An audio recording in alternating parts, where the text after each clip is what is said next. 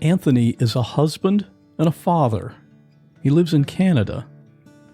His kidneys were failing, and he was in desperate need of a donor. He was even on the local news with his wife and daughter, hoping to find someone who was a match and willing to give up a kidney. A BC family is calling on strangers tonight to step up and help save a loved one's life as their health continues to decline. CTV's Craig Krause has more on the family's journey and the road ahead to find an organ donor. Every step Anthony Lynch takes becomes more difficult by the day. The once vibrant and energetic father and husband has been reduced to a shell of himself as his body deteriorates from kidney failure. To be honest, I feel like death. I've never really felt like this in my life, and I remember when they said that I would have some kidney problems, there'd be symptoms coming. I never thought they'd be like this. Initially diagnosed with type 1 diabetes in 2018, the 50-year-old says he was told that his kidneys would decline over the coming year, but he remained working and living a normal life until late last year. Since December, things have tailed off really, really quick, and it's just kind of a living hell at the moment. His feet had swollen 3 times in size at least. He had a hard time walking, and he was admitted to Surrey Memorial. Since then, the family says he's undergone several procedures and emergency dialysis, all in an effort to regain his life and be there for his 9-year-old daughter. It's really upsetting that he can't come to my competition. Seeing other skaters on my team with their dads, just really upsetting. And as she nears her 10th birthday, she only has one wish. I really want a donor. Now the race is on to find a kidney donor that could save Anthony's life, but he's not alone. According to the Provincial Health Services Authority, as of December 1st, there was 421 people waiting for a kidney in BC, all waiting for that one person they will match with in order to save their lives. If you're out there and you want to make a difference to a family, please do it. Adults in BC may choose to donate a kidney to someone they know, on behalf of someone they know, or can donate anonymously through BC Transplant. Almost anyone can donate a kidney, but to donate to a specific recipient, you have to be tested to find out if you're a match, to see if your kidney is likely to work when it's in the other person's body. My guest today is Stacy. She also lives in Canada, and she wanted to give Anthony one of her kidneys, even though they had never met. Real people in unreal situations. There is a girl hanging by her broken leg from the telephone wire. And I called 911 and I said, I found a baby. I turned around. I see a gun pointed at me close enough I could touch it. She would hold our heads on the water all the time. He levels the gun, pulls the trigger, and I go down. Her eyes were full of tears. She didn't want to leave us. My hair catches on fire. I swear to God, this image is burned in my head for the rest of my life. I'm Scott Johnson, and this is What Was That Like?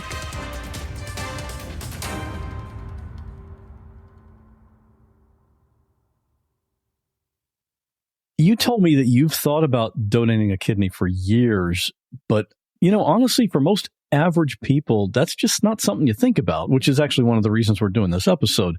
Do you remember what first made you consider doing this? I think because of my career in healthcare, it's been in the back of my mind, and I signed up for donor at age 16 in case something happens to me. Organ donor. And I think with our where I live in Vancouver, Canada, that was kind of an automatic, do you want to sign up? It goes automatically on your license. So it's always been in the back of my head, but I never knew about living donors until probably about 10 years ago. And I thought, oh, that's interesting. Maybe that's something I could do. Because I've never had children, I thought, well, that would be a good way to kind of give life without having to birth life. So it's always been in the back of my mind, but never anything serious. I never did any investigating on it or looking into what it takes to do that. I think that's the way a lot of people think. It's like, man, I really should do that one of these days. But you never get around to it, sort of. No, exactly. Life is busy. Life is busy. Yep. Now, there were a few factors that went into this. You know the importance of donating blood because of your profession, but you, I understand, pass out at the sight of your own blood. Yeah, it's not pretty. I remember, I think I chopped the tip of my finger off once and it wouldn't stop bleeding. And at the time, my husband he had to leave and go to work. And I was like, please don't leave me. I'm going to pass out. Do I need an ambulance? And I was fine. I had to lay down. And when I went to the doctor to see if I needed stitches, he went to pull the Band-Aid off. And I said, before you do that, if you pull it off and it starts bleeding, I'm going to pass out. And he said, okay, let's just leave that. Let's leave it. You're going to be okay. Do you faint at the sight of other people's blood? I get woozy. I probably would if there was a lot. I remember at one time I thought about getting into nursing because I had nursing friends in my 20s. And this is why I went into paperwork. I'm administration part of the hospital, not the nursing part, because it doesn't, I'm not good with fluids and blood. In your job, if you see blood, something has gone terribly wrong. Correct. Bleeding noses I can handle. Anything beyond that, I think we need a professional. You also described yourself as a slight hypochondriac. Yeah. What does that look like?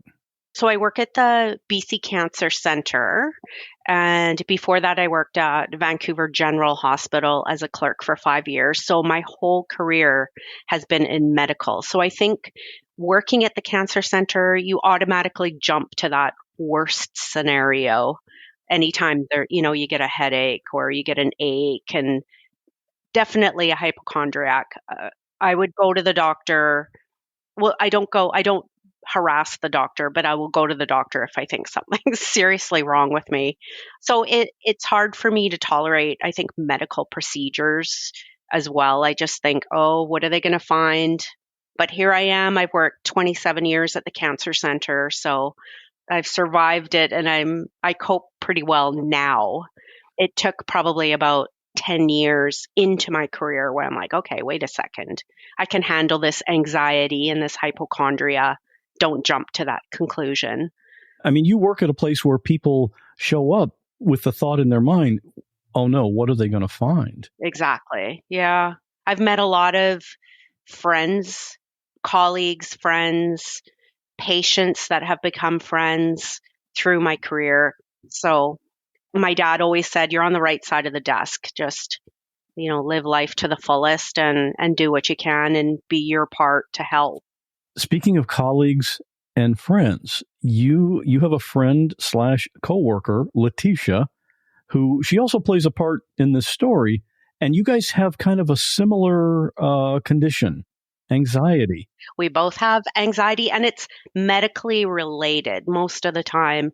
She's a young nurse, and I overheard her one day just speaking to another colleague about her anxiety and kind of her symptoms, and exactly mirrored my anxiety completely. So I remember sending her a private email message just saying, if you ever need to talk. And she took that up. We had coffee and we became fast friends. We live in the same area, so we would commute together to work and we would talk, and we shared a lot of the same things. And I think she helped me and I helped her, and we're really good friends now. Yeah, it sounds like it was like instant chemistry. For sure. Yeah. Yeah. She's a younger version of me, 100%. I want to talk about how this got started, how you got started down this path. And it was from a post on Facebook. What was that? Yeah. A prior colleague, a nurse that I worked with, I'm going to call it in the Lower Mainland, which is considered the Vancouver area. She shared a post of a wife looking for a kidney for her husband. Because it was in the back of my mind, I took the time, I read the post. It was a long post. It was a sad post. They have a young daughter, and they'd also I think about 10 years ago, had lost a child at, I think it was 27 days old. So I felt for this family and thought, I can't leave this mother and child without trying to see if I could donate to her husband. So from that post, I emailed our transplant coordinator that she'd posted, and that started the process. I find it so interesting. You know, when you post something like that on Facebook, there might be 100 people that see it or 1,000 people that see it and just keep scrolling like, oh, I hope they find somebody. But in your case, you saw it and you immediately personalized it like, can I help this person? Yeah. That's an unusual reaction. But you said there was something about a photo of the man with his daughter. What was that picture? Why did that? Yeah. What did that instigate in you? It was Anthony, my recipient, hugging his daughter on the beach, and it's one of their favorite places that they go to. I think it has special meaning for them. Just looking at that picture of him hugging her, and I knew I had to do something. I felt, oh, it's a young father. He has a child. I've never had children. This is my time. I remember reading people reacting to the post and saying, I'll go test. And I thought, well, I'm going to throw my name in too, because if I can't help him, maybe I can help somebody else. What's the first step that you took? They had a contact number and a case number and his name, and I sent an email to the coordinator at the hospital and just said, I saw this post. This is the recipient. What do I do? What's my next step? I had absolutely no idea. And is this, when you say the hospital, is that the same place where you work? Where I used to work. So the hospital and where they're from is Vancouver, Canada, and I'm going to call that the Lower Mainland. In 2017, my husband and I moved to about 4 hours away from the Lower Mainland in the interior in Kelowna. So all the transplants are done in the Lower Mainland, done by 2 hospitals down there. So this was one of the hospitals that I contacted. Right away, they send you a blood test and they say, this is an important blood test. It's to test at the same time the recipient has to go for a blood test. And I believe it's a histocompatibility test. And he has to go the same day. I have to go to the same day. They send, I guess it's for blood typing. And we see if we're a match, if we're compatible. And if we are, we go on to the next step. And that's more than just saying, okay, my blood type is A negative and yours is the same, so we're a match. There's a lot more that goes into it, right? Yeah. I remember her sending me a message later on saying the subtype of my histocompatibility. And yeah, I don't know the language, but it turned out we were a perfect match. It wasn't just my blood type would work with his. We were exactly the same. Nice. Another sign that you're on the right path. Yeah, exactly. Yeah. So then begins the testing process, and there's some paperwork involved. Yeah, the questionnaire was very extensive. I counted there was 18 pages. They want to know absolutely everything about you, complete detail, medical history, past travel, everything in your past vaccinations. So sent that off, and at every step they say, you've passed this section. Are you sure you want to move on to the next? They always are making sure you're not being persuaded or paid, or just making sure that, yes, you're willing to go on to the next step. So sent in all my pages and came more blood tests. And for the blood test, were you able to do this at your location? I was. Okay, good. So you didn't have to travel all the time. No. I think I counted about 15 vials of blood at one point. And you know how much I love blood. So I think they gave me a cookie and a drink after. So I was okay. Yeah, there was a lot of blood tests just to make sure. And I think a lot of urine tests to make sure the kidneys are functioning okay as well. So that was probably about 6 months of different testing that I continued until I went on to the big round of testing where I did have to go to the Lower Mainland and go to their hospital and complete, I think, about 4 more medical tests and along with 4 more medical appointments with doctors. And so for those, were you driving? Like it's like a 4 or 5 hour drive? That's exactly it. It's a 5-hour drive. It was winter time. So no, I flew down to the Lower Mainland. They have a reimbursement program in our province and through the Yukon, and it's called LODERP, and it's Living Organ Donor Expense Reimbursement Program. So for the testing phase, they would only supply myself to travel and bring me down for testing and accommodation and meal reimbursement if I needed anything. And I had to go down for 2 full days of testing and appointments. And it was back to back. It was crammed in. It was exhausting, but I got it done. No problem. Never had a lot of those tests before. So my anxiety was under control and it was actually really good. And meeting with the surgeon and the social worker and the nurse, and they just explain absolutely everything and make sure that mind-wise you're kind of ready to go forward and put your body through what it needs to go through. You got to make sure that you're in the right mental space. Absolutely. Yes. Then you got some news about Anthony. Yeah, I had my testing in early December. I asked at that point, the surgeon let me know, or the physician, the transplant physician let me know that he actually wasn't ready for a transplant. His GFR, which is his kidney function test, wasn't low enough for him. He wasn't on dialysis. He was functioning okay. His function could go down at any time. It could be months. It could be years. And I had to actually really think about, okay, I've come this far.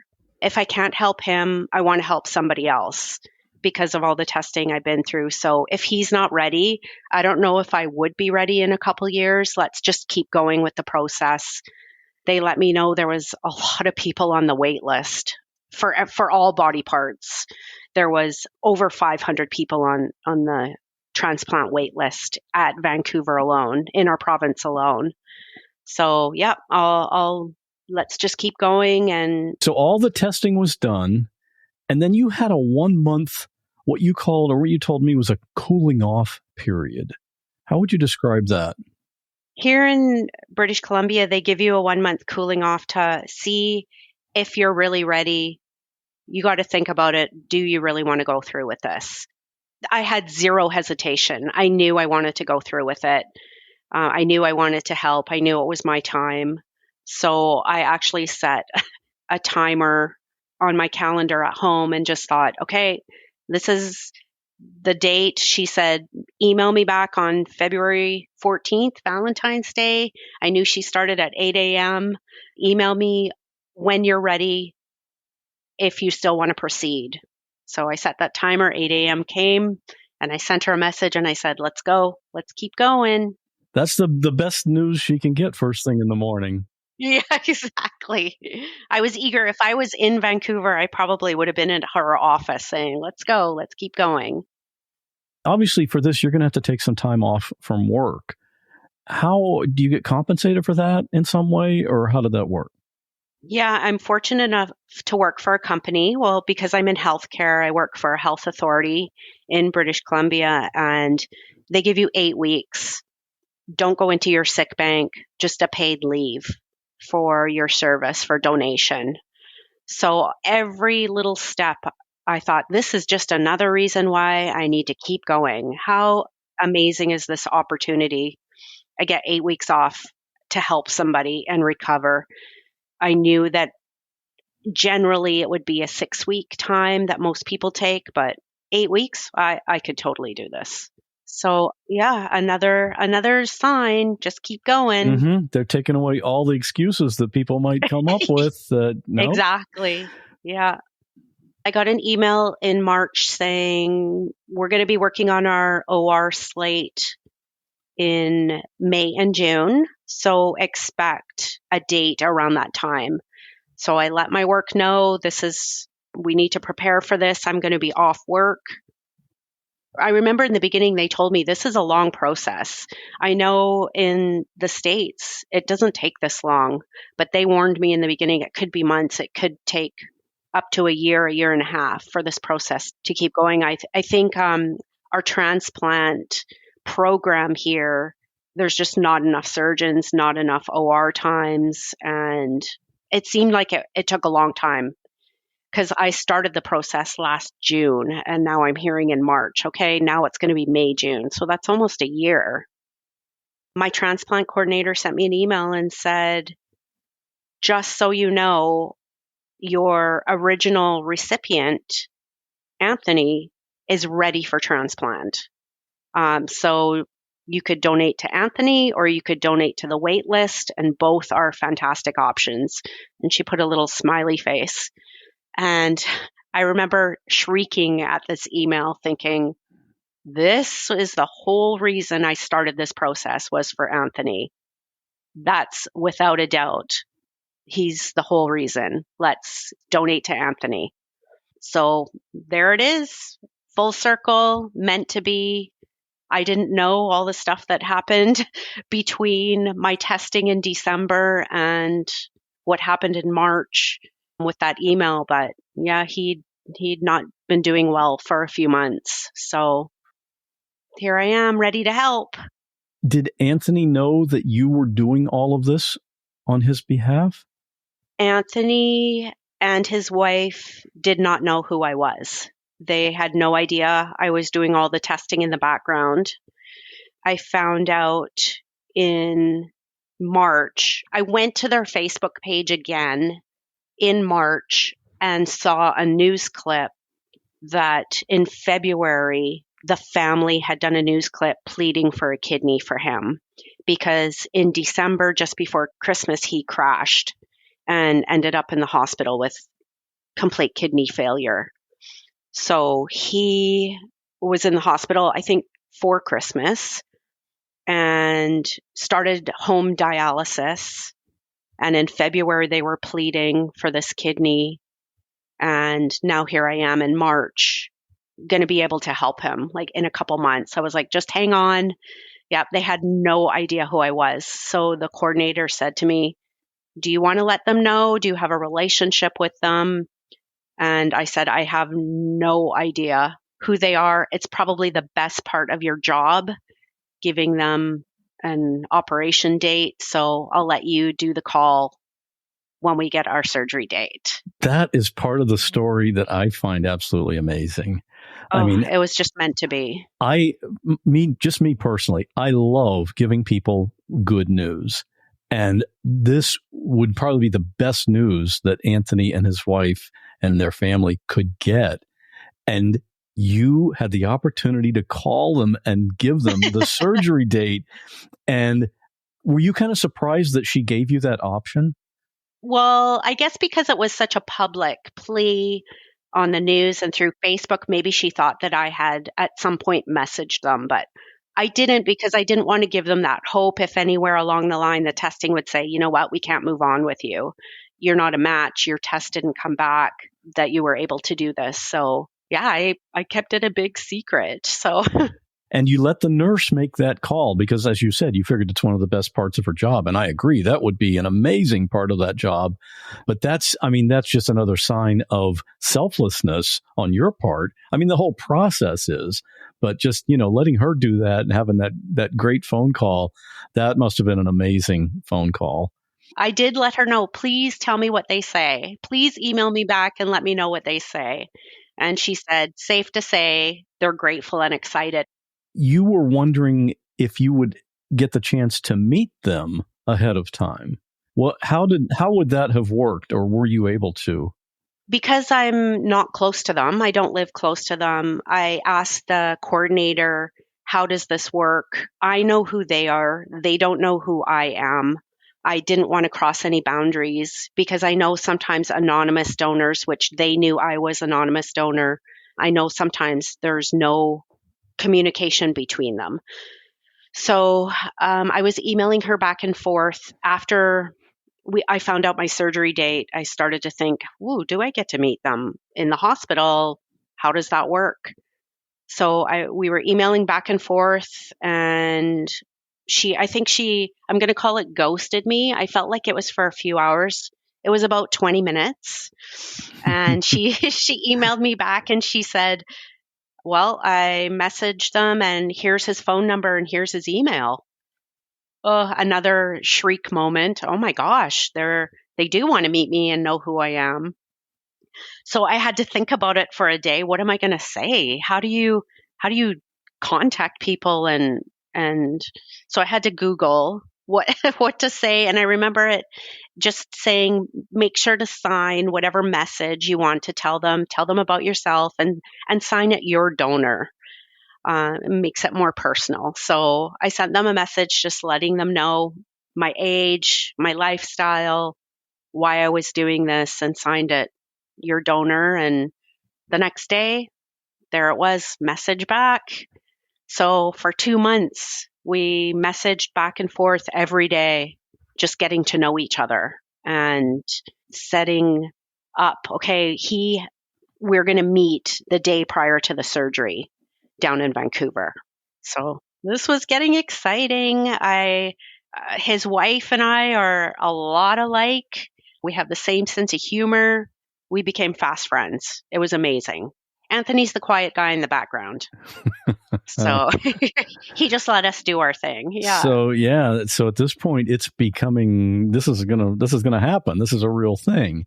So you started making trip arrangements. Yeah. So I knew, so the reimbursement program says you can have a companion come with you. They said plan to stay at the hospital 2 to 3 days. Check-in, I think, was at 5 or 6 a.m. So I had to go the day before. And my husband and I were trying to figure out, how are we going to do this? We have 2 pets at home that we have to call in a pet sitter, or he can come with me. We have the pet sitter, or how are we going to, do I get my mom, his mom? And then we thought, oh, Letitia's pet sat for us before. And then we started to think about it. She's a nurse. Maybe because my husband could only get a couple days off, it would probably be more productive if he stayed home and took the days off when I came back from the hospital. So I thought maybe we should ask Letitia. I mean, this program reimburses for a companion. She's been a really good friend. So we thought, let's ask Letitia. So I remember saying to her, I want to ask you a question at work. I wanted to ask her in person. And she's like, I can't wait. What are you talking about? Let me know. So over text, I sent her a message asking her if she wanted to come with me. And I think she was kind of floored that I'd even thought about her. She's my buddy. And I thought, oh, perfect, private nurse. I get my own nurse while I'm doing my thing. And she said she felt honored. So here we go. We're going to plan this trip. And she started to get excited alongside me. I work with her every day, so we did the countdown. Here we are. We're going to go. May 29th was the day. Okay, so you were going to be there from Sunday through, what do they estimate, like Thursday? Yeah, they said Wednesday, but we booked a flight Thursday. So we flew down Sunday, and we thought we'll come back the Thursday. And I knew Anthony was getting admitted on the Sunday. So perfect. When we fly in, Letitia and I will grab something to eat. We'll have dinner, and then we'll go up to the hospital and meet this beautiful family. So you showed up, you flew to Vancouver. Talk about the cab ride. Oh, this was another reason, another sign. We went to grab a cab, and there was a gentleman that needed a special needs cab. So we jumped into the cab, and then he was there waiting. We're like, oh, no, you take this cab. We'll catch the next one. We were just excited to be in Vancouver. So he jumped in. So we grabbed the next cab, and the cab driver was just asking us where we were going. And we told him by the hospital. We were staying at a hotel right there. And we were talking about Letitia being a nurse and how amazing she is. And she's so young. And then Letitia says to the cab driver, oh, well, Stacy's amazing. She's donating a kidney tomorrow. And I could see in the rearview mirror, his eyes were huge, and he welled up and he said, "My son is a kidney recipient." And we all it was just another sign. I could not believe he was so thankful to me, and he didn't know me. And he said his son received a kidney at age 17. He understood the wait list and the pleading and everything that he had to go through to get his son what he needed to continue. I think his son was in complete kidney failure. So he got his son on the phone while we were in the cab ride, and his son spoke to me, and we just had a conversation and, telling each other to take care of each other. And yeah, it was just a very emotional cab ride. We were kind of floored that here we are, just keep going, another sign. The most emotional cab ride ever. Yeah, he gave me a big hug when we got out and wished me good luck. And yeah, it was pretty amazing. What are the chances? Confirmation from you, yes, I'm in the right place. I'm doing the right thing. Absolutely. Absolutely. Yeah, we got off at the hotel. I was wearing my BC transplant shirt given to me by another coworker, and somebody approached me in the elevator and told me her dad is a kidney recipient and wished me luck. We had a short conversation on the elevator on the way up to our floors, and we were floored, thinking this is getting crazy. Everything's just aligning. I had no time. I was completely nervous, but I had no time to be nervous. I was so excited to just help this family. Sunday night, you met with the family. Oh, so emotional. So emotional. I just remember thinking, oh, they look just like their pictures. Got to meet bowled over by Stephanie. She's 9. She just had her 10th birthday, actually, just a couple days ago. And just so many hugs and tears from this family, and just super excited to be able to help. And I thought, wow, I'm really going through with this. This is amazing. Anthony, just such a big, quiet, amazing man, just so brave and stoic. And I think he put on a brave face for his family, even after feeling so not great for months. The surgery was Monday. What happened Monday morning? We checked into pre-admission. Letitia came with me. She was my Sherpa. She was carrying all my bags for me. She was such a good nurse. And she actually came through the whole process with me right until they took me into the OR. Sitting in pre-admission bed, really surreal, laying there with my gown on, getting ready to, here we are, taking blood tests, getting a visit from the nurses, letting me know what's going to happen. The urologist came by, the surgeon came by, the anesthetologist came by, everybody kind of telling you what to expect, what's going to happen. All I kept thinking was, oh, I get to have such a nice sleep from my anesthesia. It's going to be a nice rest. Trying to think of all the positive. The anesthetist says to me, I'm nervous. I know I don't talk a lot when I'm nervous. So she was just going over her spiel, and then she says, do you have any questions? And I looked at her and I had eyelash extensions. And I remember hearing that they tape your eyelids shut. So I just said, do you tape my eyes shut? Yeah. And I said, can you just be careful of my eyelash extensions? And Letitia started laughing. She's like, I can't believe you just asked that. And the very stoic anesthetologist, she just kind of nodded and says, yes, we'll see what we can do. And that was my only question going into surgery. Well, that means they've done a complete job, right? If you don't, Yes. If that's the only question you have, it's kind of amusing. You're going there to save someone's life, but as long as I can keep my extensions, that's the important thing, right? That's the important thing. Yeah, all good.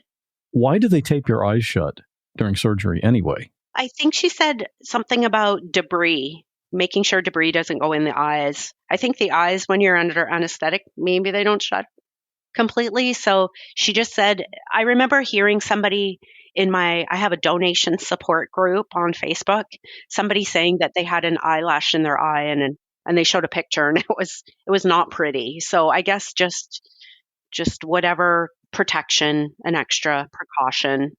Just so everybody knows, post-surgery, how were your eyelashes? They were perfect. Not one eyelash out of face. That's a good surgeon and a good team of doctors. Absolutely. Yeah, she did her job. I was very happy. So what do you remember after surgery when you woke up? What happened? I remember waking up thinking, that was it? I feel fantastic. Just kind of being in the room and hearing the nurses and looking at the time.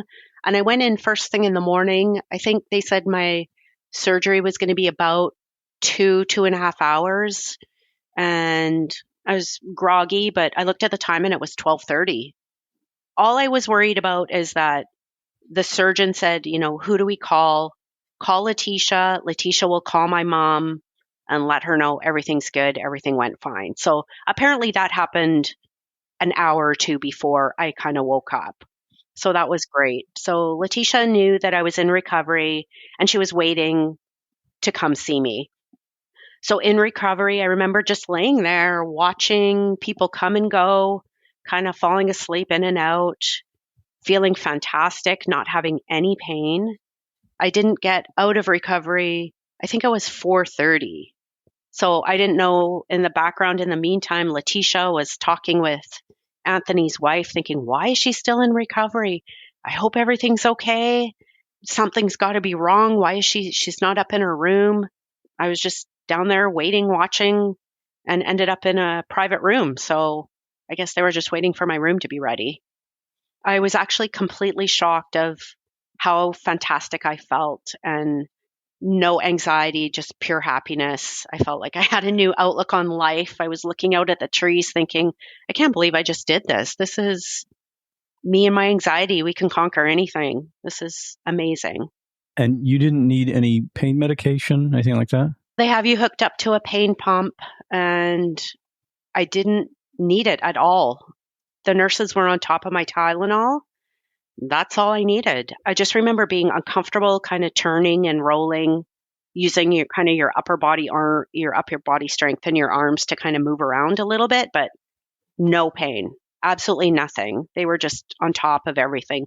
A little bit of nausea from the anesthetic, and they were on top of that as well. And that was only one day of kind of the first night with the nausea.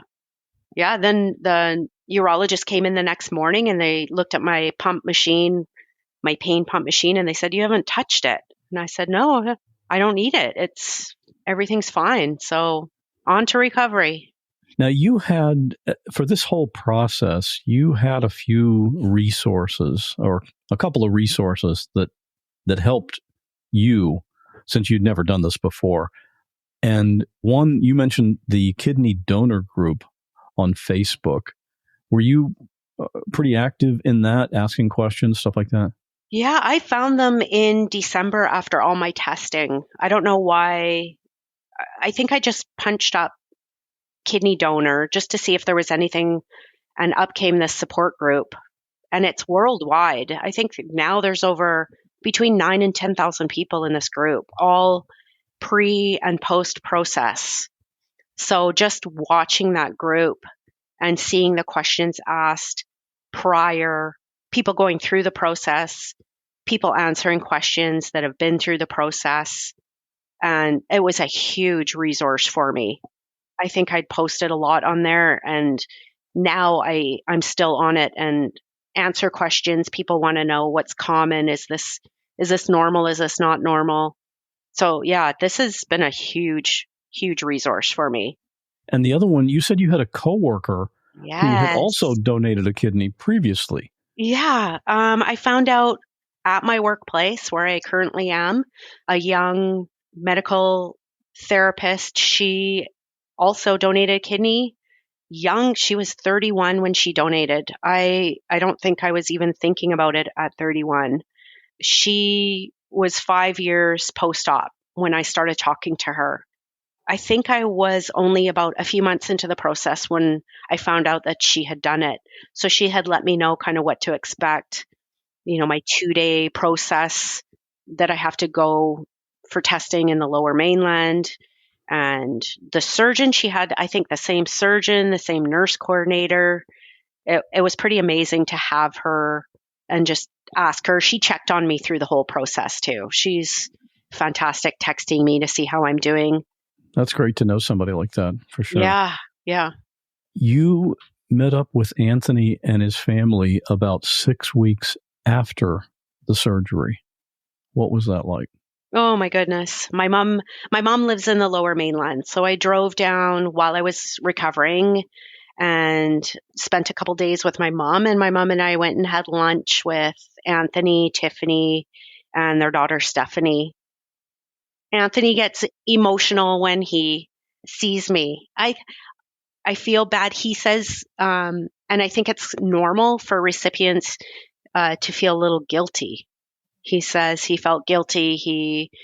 This is what I wanted to do. This was my decision, and just found out how fantastic he was doing.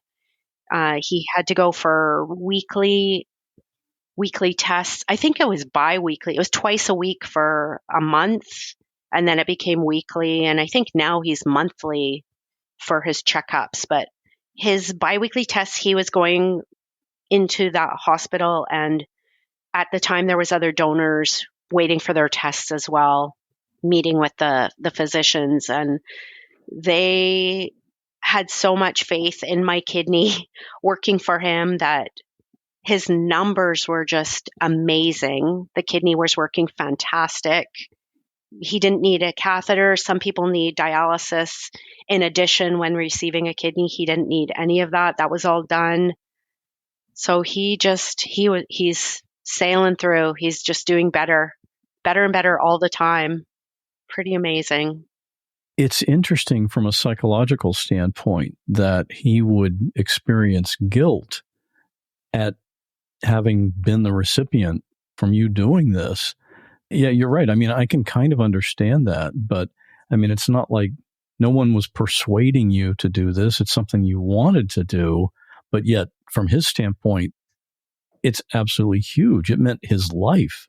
Being able to be alive with his family, it's a huge thing. How can you ever repay someone for doing that? Ugh. There's no way. Yeah, it was never a second thought. I never had any doubt. I remember going through my testing thinking I'll be really disappointed if something comes back and I can't do this. And he's just been doing amazing, absolutely amazing. He's a big guy, and he's probably almost a foot taller than me.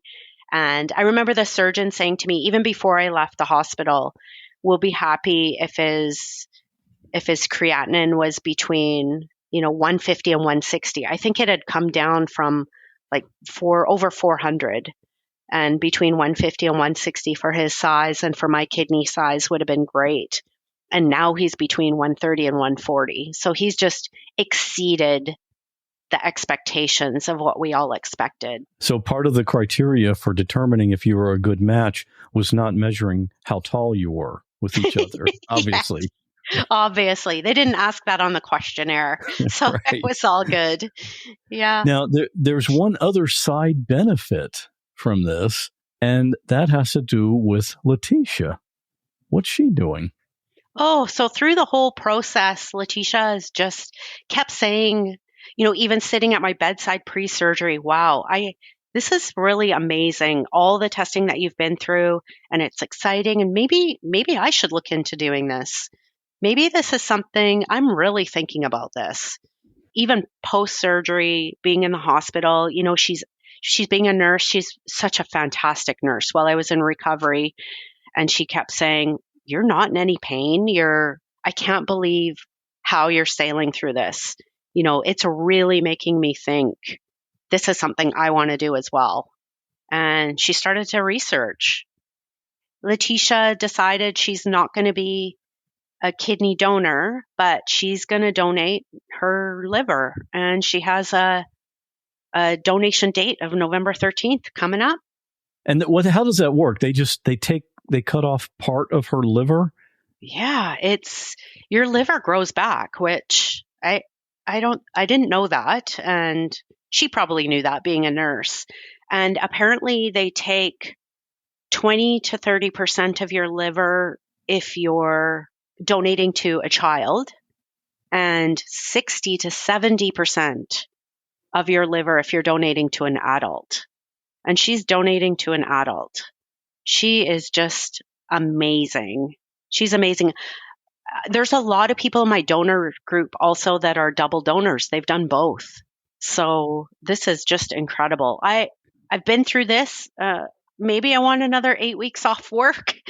Maybe I'll think about donating a liver. But yeah, it's just incredible. She's so brave because she has that same anxiety as me. I'm so proud of her for just continuing this process as well and being inspired by my story and doing it as well. And she met the family and, Tiffany and Anthony, and she's just inspired by the whole process and is doing her thing now. It sounds like you're such a big proponent of this and that's why you're on here, to raise awareness and, get people to donate. And we're going to have your contact information in the episode notes. So if people want to contact you, you said that one of your great resources was that person who had donated before. And so you could ask all kinds of questions. Well, now you're that resource person. If somebody's interested, they can get in touch with you and ask those same questions. Absolutely. What's your advice to anyone considering doing this? One of the good things is testing. They test you. They see how healthy you are. Just ensuring that you're healthy enough to do this. And a lot of people think that age is a barrier. People in the donor support group are in their 60s and 70s helping. So there is no age. If you're thinking about it at any age, there's no barrier. I think anybody would help a family member being able to do this. So if you think, oh, I'm too old, I'm not healthy enough, you know what? It's an incredible feeling to be able to help somebody. And I have a new family from it. And if I can inspire people and let them know, I kind of sailed through. I'm very lucky. I know a lot of people haven't maybe been as lucky or, have some issues, but take care of yourself. And it's actually another reason to take care of yourself. It's not my body anymore pre-donation. I remember thinking, I got to eat healthy. It's not my kidney anymore. It's going to somebody else. So yeah, you're just the caretaker for a little while. Yeah, exactly. What a great story. I love a happy story like this, especially when it has an amazing, happy ending. And you and Anthony are both doing great post-surgery. And I hope this inspires more people to do the same thing. Absolutely. Yep. Reach out. I'd answer any questions. You want to see pictures of Anthony and his family and Stacy and Letitia? Of course you do. You can see everything in the episode notes at whatwasthatlike.com/157. If you like this episode, you might enjoy my conversation with Mark, which was way back in episode 5. Mark is an attorney here in Florida, and he too decided to give one of his kidneys to someone he had never met. And even though that episode was from several years ago, I still get messages sometimes from people who hear it for the first time, and they tell me that it inspired them to be a donor. So that's why when I heard about Stacy, I thought, yeah, we definitely need to talk about this again. That older episode is called Mark Gave His Kidney to a Stranger at whatwasthatlike.com/05. I figured this is a good opportunity to let you know about my thought process with choosing particular episodes. I have a general policy that I don't usually cover a story that's primarily medical.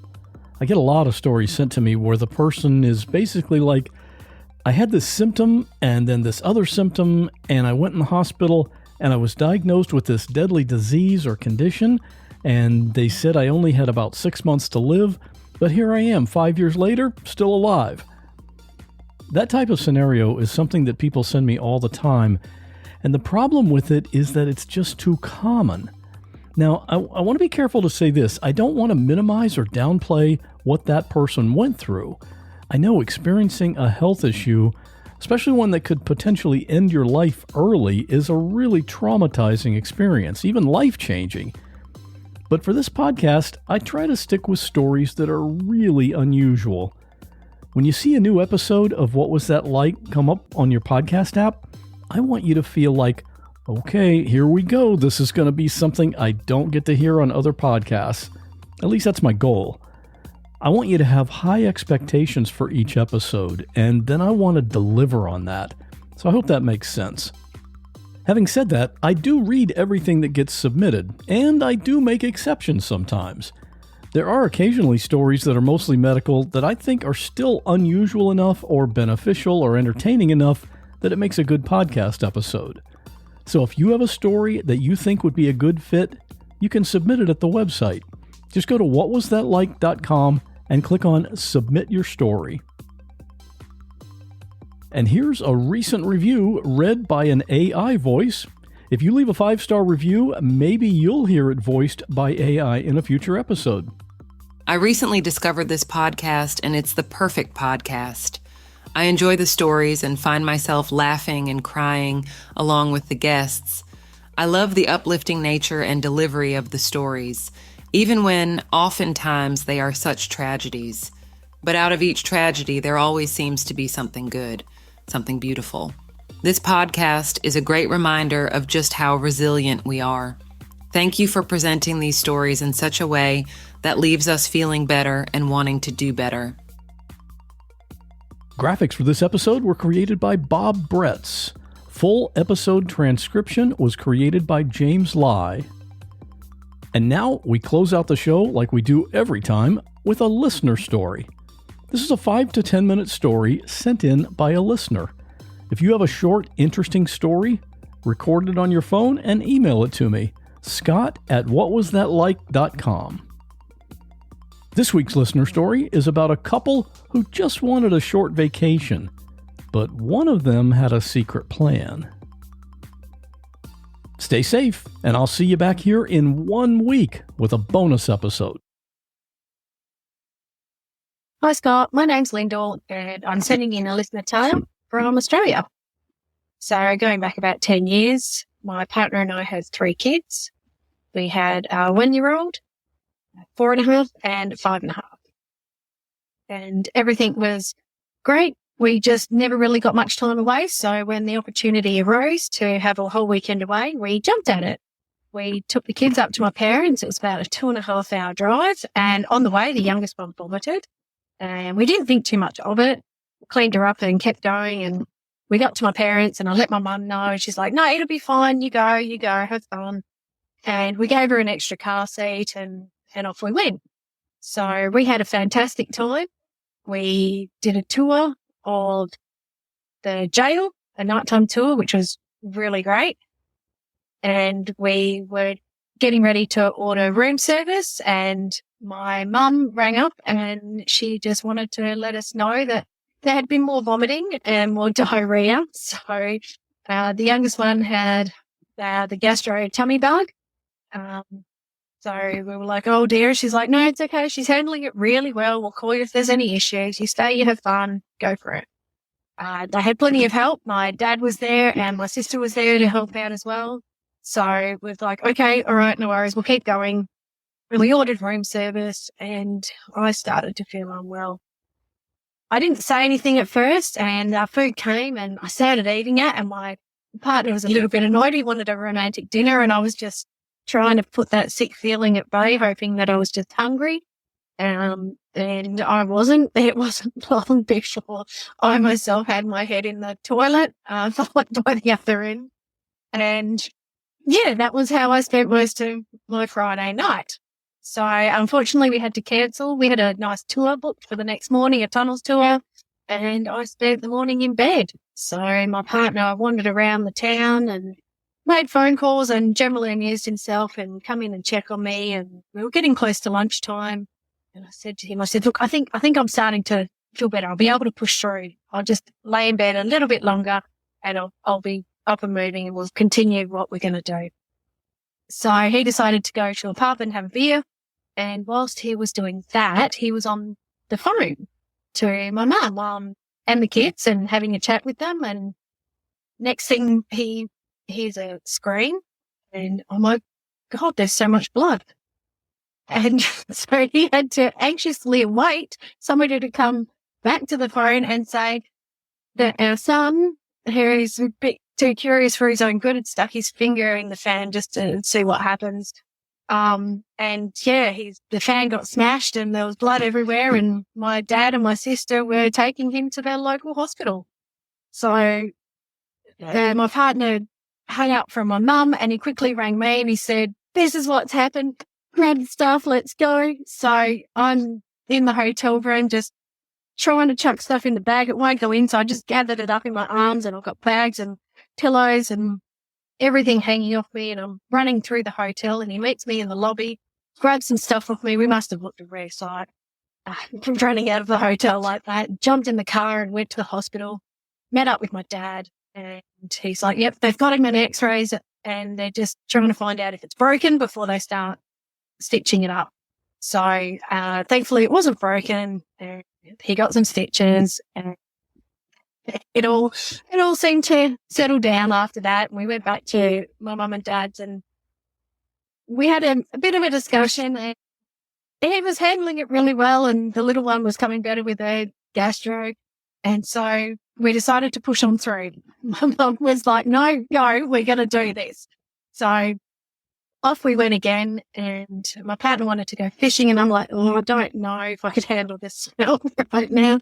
So we went and sat at the beach for a little bit, and it was all good, and I was coming better. I was feeling a lot better. So we went out to dinner, and there was a Ferris wheel across in the park, and so we jumped on this Ferris wheel, and we got to the top, and he got down on one knee and he proposed to me. So that was just, oh, yeah. And he said to me later that he would never have pushed through the weekend if he hadn't had that ultimate plan at the end. So it was quite an eventful weekend. And 6 months later, we flew interstate and we got married. So a nice little small wedding. And we had our second time away from the kids. And lo and behold, about 5:30 in the morning, the hotel fire alarm went off. So we all got pushed outside in our dressing gowns. So we said, "So this," we just packed up our stuff and went and had a nice family holiday.